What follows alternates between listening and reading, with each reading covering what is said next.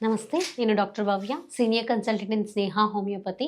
ఈరోజు మనము digestion problems ఉంటది గదా! డైజెషన్ ప్రాబ్లమ్స్‌కి మనం ఇంట్లోనే చిన్న చిన్నగా ఎలాంటి మేనేజ్‌మెంట్స్ చేసుకోవచ్చు, ఏం చేయొచ్చు అనేదాన్ని తెలుసుకుందాం. ఈ డైజెషన్ ప్రాబ్లమ్ అనేది మనకు చిన్న పిల్లల నుంచి మొదలుపడి ఏజ్ పర్సన్స్, మిడిల్ ఏజ్ వాళ్ళందరిలో ఇది వస్తూ ఉంటదనమాట. ఇప్పుడు మనకు చిన్న పిల్లలంటే బేసికల్లీ ఏదైనా తినిన వెంటనే ఒక 6 మంత్స్ టు 1 ఇయర్ వరకు పాలు తాగినా పాలని కక్కుతూ ఉంటారనమాట. సో ఇదొచ్చేసి మనకు చిన్న పిల్లలు ఉన్న బర్ఫ్స్. ఓకే. సో వాళ్ళు తేపినప్పుడు అన్నీ వస్తూ ఉంటాయి. దీనికోసము మనం పిల్లల్ని మంచిగా పాలు తాగిపించినాక జస్ట్ బ్యాక్ పైన మంచిగా ట్యాబ్ చేసి కొంచెము వాటర్ బాగా తాగిపిస్తే మంచిగా సెట్ అవుతారు. సో పిల్లలు పెరుగుతూ పెరుగుతూ వాళ్ళ డైజెషన్ కెపాసిటీ కూడా పెరిగి వాళ్ళు మంచిగా ఎదుగుతారు. సో నెక్స్ట్ వచ్చేసి మనకు కొంచెం పెరిగినాక ఇప్పుడు మనకు 1 ఇయర్ బేబీస్ అయిపోయినాక మనం ఫుడ్ అనేది కొంచెం మెత్తటి చేసేదున్నది ఉగ్గు ఇలాంటివి తినిపించేది స్టాప్ చేసి కొంచెం కొంచెం వాళ్ళు నమిలినట్టు ఫుడ్స్ అనేది మనం ఇస్తూ రావాలి. సో అలానే ఇంకా కొంచెం స్కూల్ గోయింగ్ పిల్లలందరూ ఉన్నప్పుడు మనము ఫ్రూట్స్, వెజిటేబుల్స్, మనం ప్రోటీన్స్, ఫ్యాట్స్ అన్నీ కరెక్ట్ మెజర్మెంట్స్‌లో ఇవ్వడము మొదలుపెడతాము.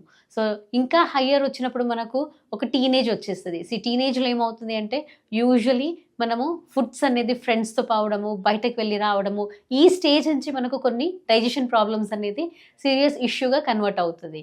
సో ఇక్కడ పిల్లలు కరెక్ట్ టైంకి ఫస్ట్ తినరు. ఓకే. సో స్కిప్పింగ్ బ్రేక్‌ఫాస్ట్ చేస్తారు, స్కిప్పింగ్ డిన్నర్, లంచ్, లేదంటే బయటకు వెళ్తారు ఫ్రెండ్స్‌తో పాటు. హెవీ ఆయిలీ ఫుడ్స్ లేదంటే పిజ్జాస్, బర్గర్స్ ఇలాంటివి జంక్ ఫుడ్స్ ఎక్కువ తిని వస్తారు. సో ఇలా అయినప్పుడు మనకు మినిమమ్ ఒక 3, 4 డేస్ వరకు ఇండైజెషన్ ప్రాబ్లమ్ అనేది ఎక్కువ కనిపిస్తూ ఉంటది. సో ఇలా పిల్లల్లో మనము ఇట్లా బయట ఫుడ్ ఎక్కువ తిన్నారు, ఇండైజెషన్ అవుతుంది మనకు కరెక్ట్‌గా అవుతలేదు అంటే గనక సో దీంట్లో మనకు కొన్ని డిఫరెంట్ స్టేజెస్ ఉంటది. ఒక్కొక్కరిలో ఎలా ఉంటది అంటే కడుపు ఉబ్బినట్టు అనిపిస్తుంటది. అంటే గ్యాస్ తోటి నిండిపోయింది అని అనిపిస్తది.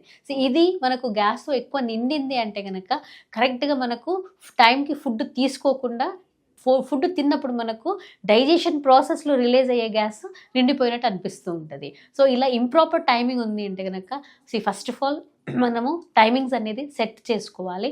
దాంతో పాటు మనము కొంచెం మార్నింగ్ లేచిన వెంటనే కొంచెం సోంపు ఉంటది గదా! సోంపు బాయిల్ చేసి వాటర్‌ని తాగడం మంచిగుంటది.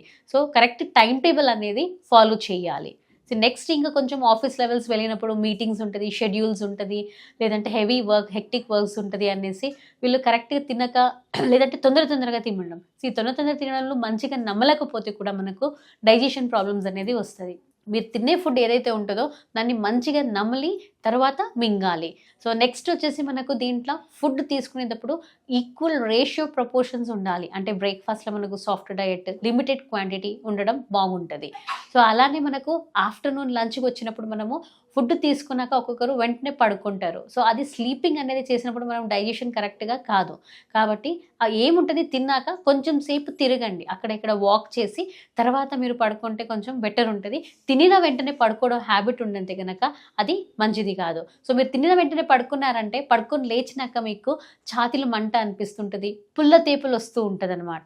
సో ఆ పుల్ల తేపులు అవాయిడ్ చేయాలంటే గనక కంపల్సరీ మీరు ఈ జాగ్రత్తలని తీసుకోవాలి. సో నెక్స్ట్ ఇంకా కొంచెం ఎప్పుడైనా హైయర్ పార్టీస్‌కి వెళ్తారు, ఆఫీస్ ప్రెషర్ వల్ల మరి అక్కడ వెళ్ళినాం, ఇక్కడ వెళ్ళినాం అని అంటారు. ఆల్కహాలిజం, క్రోనిక్ స్మోకింగ్ ఉందంటే గనక అప్పుడు కూడా మనకు ఛాతీలో మంట అనిపిస్తూ ఉంటది. సో ఇలా ఉన్నప్పుడు మనము కొంచెం ఆల్కహాల్ ఇంటేక్ ఏమైతే ఉంటది తగ్గిచ్చేయాలి. స్మోకింగ్ అవాయిడ్ చేయాలి. ఓకే. సో నెక్స్ట్ మనకు స్ట్రెస్. ఓకే. సో మన జాబ్‌లో ఉన్న ఎక్కువ స్ట్రెస్ వల్ల కూడా మనకు హైడ్రోక్లోరిక్ యాసిడ్ అనేది ఎక్కువ రిలీజ్ అవుతూ ఉంటది. సో హెచ్‌సీఎల్ మన స్టమక్‌లో ఎప్పుడైతే ఎక్కువ యాసిడ్ రిలీజ్ అవుతూ ఉంటది, ఆకలి అయితది ఎక్కువ, మీరు తినరు బికాజ్ వర్క్ ప్రెషర్ ఉంటది. మీల్‌ని స్కిప్ చేస్తూ వస్తారు, డిలే చేస్తారు. టైం కరెక్ట్‌గా వాటర్ తీసుకోరు అట్‌లీస్ట్. సో అది ఎక్కువ గ్యాప్ ఉండడం వల్ల మీరు ఏదైనా తినిన వెంటనే మీకు ఒక బరువు అంటే ఒళ్ళు మొత్తం బరువు అనిపిస్తది. డైజెషన్ ప్రాబ్లమ్ అవుతుంది అని అనిపిస్తది మీకు. సో ఇలా ఉన్నప్పుడు ఏం చేయాలంటే మీకు అట్‌లీస్ట్ మనకి హెచ్‌సీఎల్ సెక్రీషన్ అయినప్పుడు మీకు ఆకలి అనిపించినప్పుడు మీకు తెలుస్తది కదా సెన్సేషన్. అప్పుడు కొంచెం వాటర్ తాగడము మీకు అట్‌లీస్ట్ ఎక్కువ అల్సర్స్ కాకుండా మీకు నెక్స్ట్ ఫర్దర్ డైజెషన్ ప్రాబ్లమ్స్ ఇంకా సివియర్‌గా కాకుండా అక్కడే మేనేజ్ చేయడానికి చాలా హెల్ప్‌ఫుల్‌గా ఉంటది. ఒక్కొక్కరికి ఇంటాలరెన్స్ ఉంటది. అంటే ఏజ్ మనకు ఇంకా కొంచెం హయ్యర్ అయినప్పుడు ఒక 55, 60 ఇట్లా వస్తున్నప్పుడు మనకు ఏదైనా తినిన వెంటనే లూజ్ మోషన్స్ అవుతూ ఉంటది. అలర్జిక్ సెన్సిటివిటీ అయితూ ఉంటది.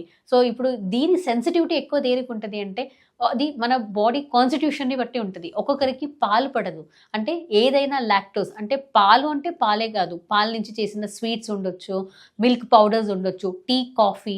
సో, ఇలాంటి ఏది తీసుకున్న వాళ్ళకు వెంటనే లూజ్ మోషన్స్ అనేది స్టార్ట్ అవుతుంది. సో, ఇలా ఉన్నప్పుడు మనము కంపల్సరీ కొంచెము అవాయిడ్ చేయాలి. ఆ ఫుడ్స్ అవాయిడ్ చేస్తే మంచిగుంటది. Thank you.